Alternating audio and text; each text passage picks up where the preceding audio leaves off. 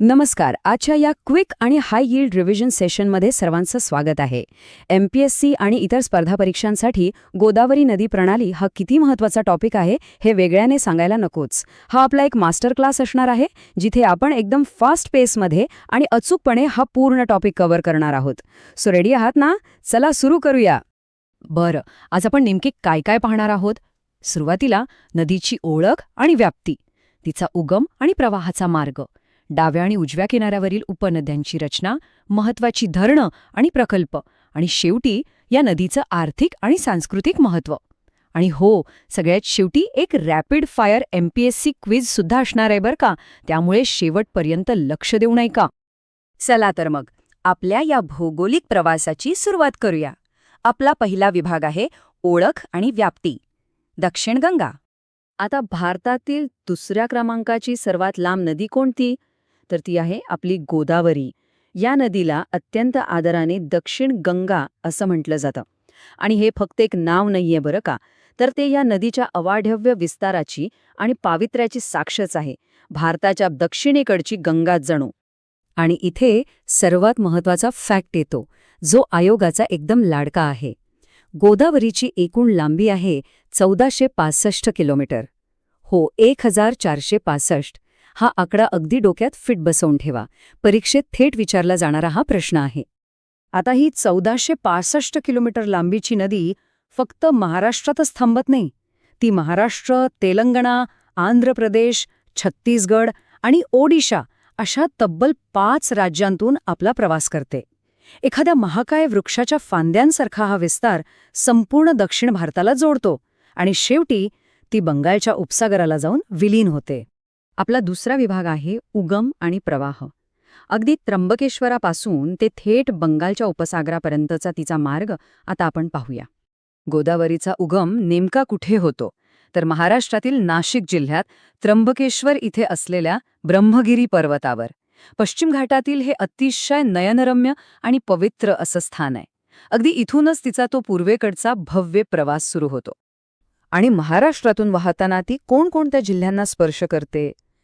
नाशिकमधून निघाल्यावर ती अहमदनगर, औरंगाबाद, जालना, परभणी आणि नांदेड या प्रमुख जिल्ह्यांतून वाहते. महाराष्ट्राचा हा एवढा मोठा पट्टा ओलांडल्यावर ती पुढे तेलंगणा आणि आंध्र प्रदेशात प्रवेश करते आणि तिथे राजामुंद्रीजवळ एक अतिशय विशाल असा डेल्टा तयार करते. आता वळूया विभाग 3 कडे. उपनद्यांची रचना, म्हणजेच डाव्या आणि उजव्या किनाऱ्याने मिळणाऱ्या नद्या. परीक्षेच्या दृष्टीने हा सर्वात ट्रिकी भाग असतो. डाव्या आणि उजव्या बाजूच्या उपनद्या अगदी क्लिअर कट लक्षात ठेवायच्या आहेत. बघा, डाव्या तीरावरून येणाऱ्या नद्या आहेत पूर्णा, प्राणहिता, इंद्रावती आणि साबरी. यासाठी PPIS म्हणजे PPIS ही छोटीशी ट्रिक लक्षात ठेवा. आणि उजव्या तीरावरून मिळतात मंजिरा, प्रवरा, मुळा आणि दारणा. यासाठी MPMD म्हणजेच MPMD हे सूत्र वापरा. एकदम सोपं. या उपनद्यांबद्दलचे काही हाय यील्ड फॅक्ट्स पाहूया. प्राणहिता ही गोदावरीची सर्वात मोठी उपनदी आहे. पूर्णा नदी अजिंठा डोंगर रांगांतून उगम पावते. छत्तीसगडमधून येणारी इंद्रावती नदी तिच्या विलक्षण जैवविविधतेसाठी ओळखली जाते. आणि मंजिरा नदीचा उगम थेट कर्नाटकात होतो. हे 4 पॉइंट्स बहुपर्यायी प्रश्नांसाठी अगदी हुकमी एक्के आहेत. आता चौथा विभाग पाहूया, धरणे आणि प्रकल्प.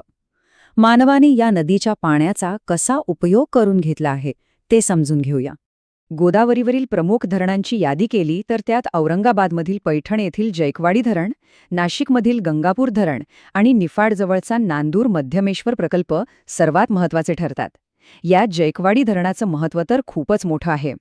मराठवाड्यासारख्या कोरड्या भागासाठी हे धरण म्हणजे खऱ्या अर्थाने एक संजीवनीच आहे, जे सिंचनाचं प्रमुख केंद्र म्हणून उभे आहे. आता आपण 5व्या विभागाकडे वळतोय, आर्थिक आणि धार्मिक महत्त्व. केवळ भूगोलच नाही तर मानवी जीवनाचा आधार म्हणूनही ही नदी कशी काम करते हे बघूया. खरं तर गोदावरी नदी ही महाराष्ट्राच्या अर्थव्यवस्थेचा एक भक्कम कणा आहे. शेतीसाठी सिंचन, शहरांना पिण्याचा पाण्याचा पुरवठा, वीज निर्मिती आणि मासेमारी या 4 प्रमुख स्तंभांवर स्थानिक अर्थव्यवस्था उभी आहे. इथल्या लाखो लोकांचा रोजचा उदरनिर्वाह याच नदीच्या पाण्यावर अवलंबून आहे. पण केवळ पैसा किंवा अर्थव्यवस्था एवढंच नाही बरं का. ह्या नदीचं धार्मिक आणि ऐतिहासिक महत्त्वसुद्धा प्रचंड आहे. त्र्यंबकेश्वरच्या प्राचीन शिवमंदिराजवळ उगम पावणारी ही नदी अतिशय पवित्र मानली जाते.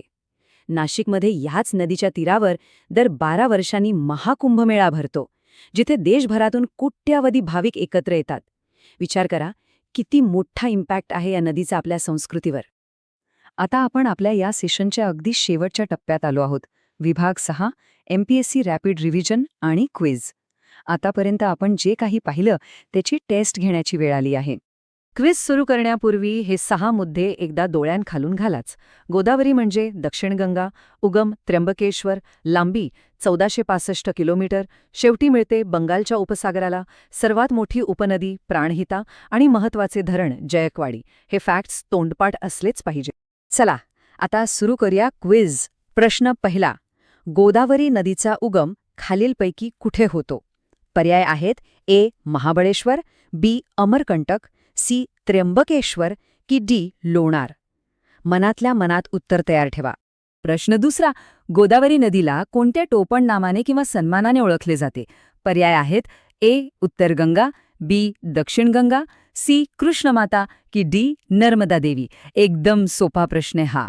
प्रश्न तिसरा. गोदावरी नदी शेवटी कोणत्या समुद्राला जाऊन मिळते? पर्याय आहेत ए. अरबी समुद्र, बी. हिंदी महासागर, सी. बंगालचा उपसागर की डी. लाल समुद्र.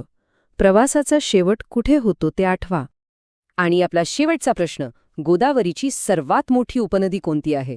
पर्याय आहेत ए. प्रवरा, बी. मुळा, सी. प्राणहिता की डी. दारणा. ती आपली PPI स्ट्रिक आठवा आणि अचूक उत्तर शोधून काढा. चला उत्तरे चेक करूया. पहिल्याचे उत्तर आहे सी. त्र्यंबकेश्वर, दुसऱ्याचे बी. दक्षिणगंगा, तिसऱ्याचे सी. बंगालचा उपसागर आणि चौथ्याचे सी. प्राणहिता. आपण दिलेली उत्तरे किती बरोबर आली हे नक्की तपासा. भूगोलाचा अभ्यास असाच फॅक्ट्स आणि कन्सेप्ट्स जोडून केला तर खूप सोपा जातो. आणि जाता जाता एक विचार करण्यासारखा प्रश्न. या नद्या केवळ नकाशावरच्या निळ्या रेषा नाहीत, तर त्या इथल्या संस्कृतीला आणि आपल्या रोजच्या जीवनाला नेमका कसा आकार देत असतील याचा नक्की विचार करा. पुन्हा भेटूया अशाच एका अभ्यासपूर्ण सेशनमध्ये. तोपर्यंत रिव्हिजन करत रहा.